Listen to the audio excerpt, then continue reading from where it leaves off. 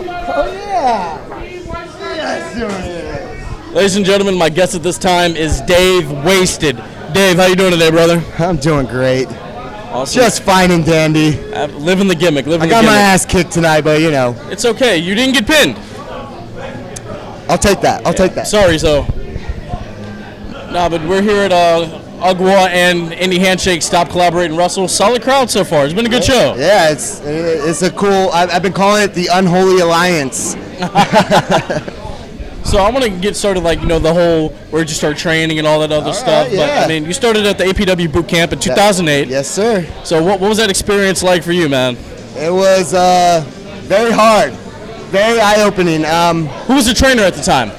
So when I came in, the trainers were Jekyll's the Jester. Yes. And Larry Blackwell. Yes. Okay. I had a little bit of training by JJ Perez. I don't know if you're familiar with JJ Perez. He worked a gimmick called Mr. Wrestling number 4. Oh shit, break and fade, my bad. No, yeah, I remember Mr. Wrestling number 4. Yeah, so 2008 then.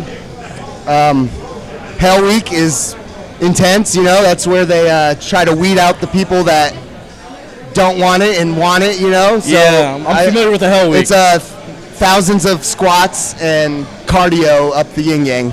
Man, when I was 17, I did a tryout with Jekyll's at APW. That was the most intense thing I've ever done in my life. Yeah, Jekyll's really loved to beat you down cardio-wise, but in the long run, he had a method to his madness. So. So you start training in 2008. About how long after did you have your first match? Was it about a year and a half? So 2008 I started, and not to boast on myself, but I caught on fairly quick. Like all of us, I grew up loving pro wrestling. I would just practice matches by myself growing up on a trampoline, just wrestling the Invisible Man for most of my childhood. And I don't know if with that and just growing up skateboarding, I just caught on to the athletic part of pro wrestling. I know I don't look like much of an athlete, but I kind of got some athleticism, I swear. There we go. So, I mean, what was that first match like? I mean, so we're going to fast forward to 2009. Okay. I'm just about to make my debut. I was literally like weeks away, like the next show I was going to debut. I didn't even know it. They were going to surprise me. But it was my 21st birthday, and I ended up breaking my leg in 2 places. And that took me out. That took me out for over a year and a half. I didn't come back to pro wrestling until about 2011. Yeah, you had the spinal fracture. Yeah, spiral fracture. There you go. Actually, shout out to Charlie Boy. He suffered a similar injury. Yeah.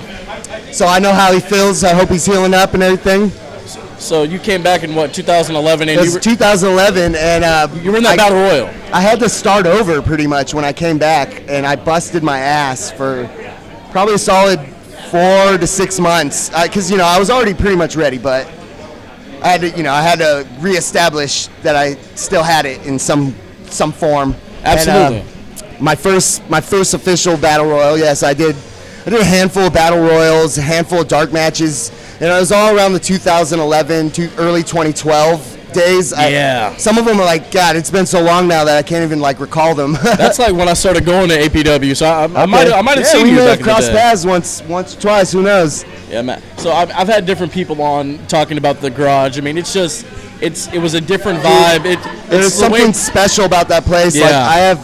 Though it was some of the most intense training and just physically and mentally tough times, I hold so many of those memories with just right here, near and dear to the heart. So yeah, I mean, the way people talk about the Hammerstein is the way people in the Bay talk about the APW Garage. Yeah. I mean, Dutra had a ladder match in there. So Dutra was I always explain it in high school for when I was a freshman, he was a senior. He was about to debut, so he's always kind of been my upperclassman. I got to watch him debut.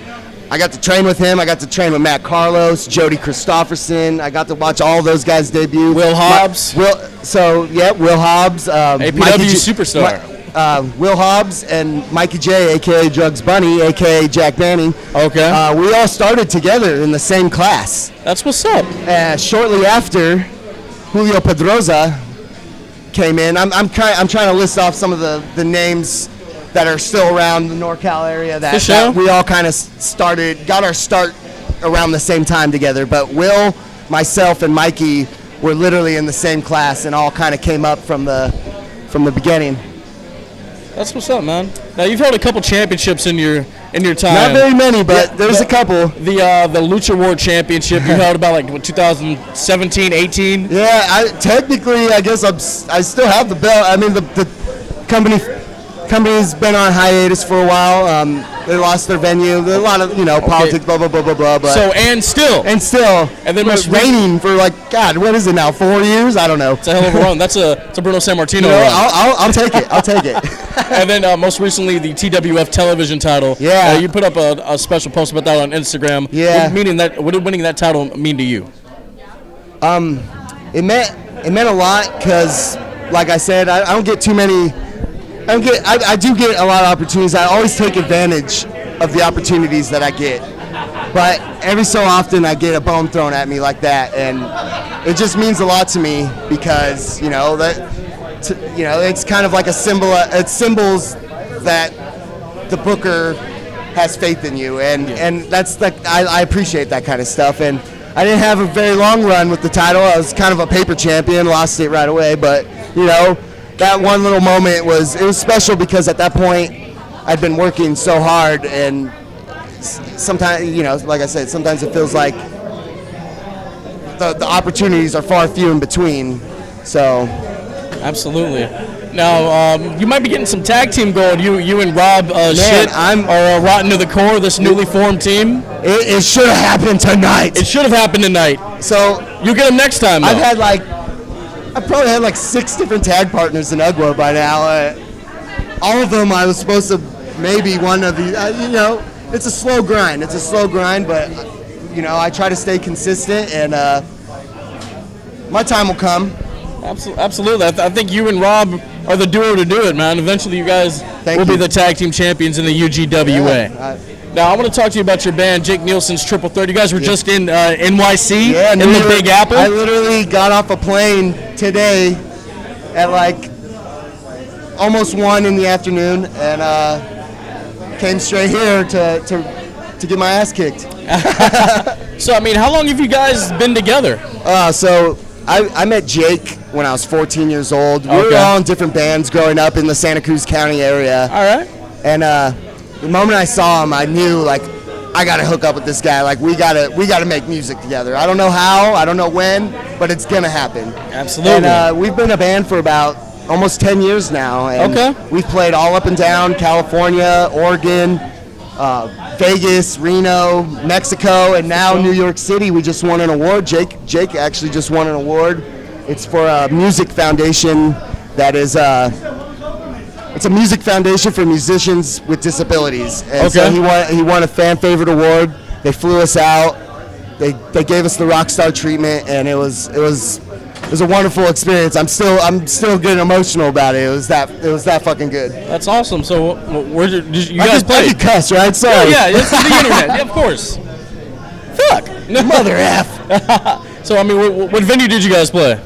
It was called the Peter J. Sharp Symphony Space. Okay, I assume a standing ovation. Big time. All right. Big time. All right, for sure. We flew all that way to play one song, and we made it. We made it our tightest. We tried to make it our tightest song possible, and I think we pulled it off. We already are making some networking connections to go back there. Not only for the Daniel Music Foundation, which is the foundation that is for musicians with disabilities, but other venues. So we're already working on going back there and hopefully playing a few shows, not just that.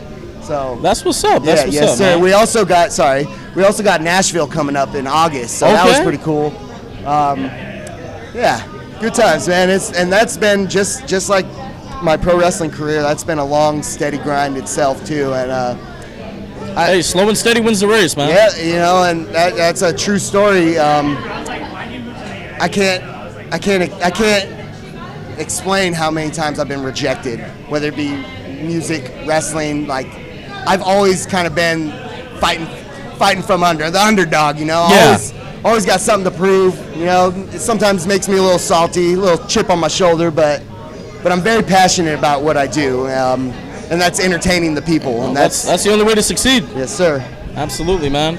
So I'm kind of going the Jericho route, music and wrestling. You know, it wasn't intentional, but growing up, you know, Jericho obviously is one of my all-time faves for sure. You know, obviously Stone Cold. Yeah. I have a handful. We all have our. We're about to get into it. Yes, sir. So we're already kind of getting in that. Since you brought up Jericho, I'll talk about him a little bit. Yes, big time. I remember when I first discovered Fozzy. It was during the time when it was still a gimmick in the sense like he was going by like some silly ass name, and it wasn't Chris Jericho, but everybody knew it was him. But that was the first, when I first realized that, I was like, wow, like hey, he's into music too and pro wrestling. And you know, growing up always doing that. I played in punk bands, rock bands. Like, it's kind of funny, like how people from different generations can have similar interests or goals to aspire to, I guess you could say. Yeah. Absolutely, man. So let's get into it. This is the rapid fire portion of the interview. Yes, sir. Favorite wrestler of all time? It's too hard to say. Jericho, Austin. We'll stick with those two for now. A collection of guys that influenced your style. Yeah. Right? So, yeah, Austin. Okay. I mean, Dave Wasted, Stone Cold Steve Austin. You know, makes sense. You know, I want to ask you this because we've talked about it. Can we ever see David sober? On a shoot, you have, but you know, could that character make its way to the ring? You never know. You never say know. never. Okay. Never say never. All right. Favorite match of all time? Not yours, but just a match that you think is an absolute masterclass. There's so many of them, obviously. And obviously, just the Rock Austin feud. Yeah. Was always great. WrestleMania 17 in general was just fantastic. That's WWE, but a more recent one that I don't know why I always go back to it, but Shinsuke, Sami Zayn, NXT Takeover. Yeah, that Dallas one. Yeah, that was Shinsuke's debut. That was special. I know there's a love and hate. I know some people are like, and some people like it, but I thoroughly enjoyed that match. Something about just everything they did in that, the story that they told in the match, you know, I enjoyed it. So that's one I seem to continuously go back to. I don't know why. It's a fantastic match. Favorite band of all time? Oh man, you throw in these. It's too hard to just single one out. Like, I have a favorite band every day. I have a favorite new wrestler every day. But just throw a couple out. Throw a couple. I would say probably everybody that's on my right arm over here. So we'll start from the bottom. Pennywise, Red Hot Chili Peppers, The Offspring, Transplants, Jimi Hendrix, Sublime. That's just to name a few. Probably one of my all-time favorite bands, though, is Operation Ivy. Okay, all right. So who's your biggest music influence? Operation Ivy, okay. Sublime probably. And that's another, I love it, how much love and hate Sublime gets, you know, like, and how much flack I get. Carlos, Dick, making that GoFundMe, I see you. The next question's biggest wrestling influence, but I can already assume it's Austin. Stone Cold, definitely. I kind of joke about how Stone Cold, like, growing up as a kid, like, his take no shit attitude, his fuck authority, his beer drinking, just all that, and then look how I turned out, you know? It's like, living the dream. Is it a good influence or bad influence? I don't know. We don't know. What's your favorite cheat meal? Oh God, I have so many favorite cheat meals, but actually I probably cheat a little too much. It would have to be Ben & Jerry's half-baked. Okay. The whole pint, too. I'll eat that whole fucker. And last up, favorite alcohol? anything that does the job. There we go. I have plenty of those too, but yeah. Awesome, man. Dave, thank you so much. Hey, thank you, bro. Yeah, man, this has been a long time coming. Yes, it has. I'm glad you caught me in my natural habitat. Yeah, exactly. So. Let the people know where they can find you. Oh man, you can find me on Instagram at Cousin Dave Wasted. You can find me on Facebook if you want. Twitter at Beer Belly Suplex. Just Google Dave Wasted. You'll find something, I'm sure. Awesome, Dave. You'll probably find a lot of drunk Davids, but something I always say is there are many drunk Davids in this world, but there's only one Dave Wasted. Awesome, Dave. Thank you, man. Cheers, buddy. Yep. Clink, clink.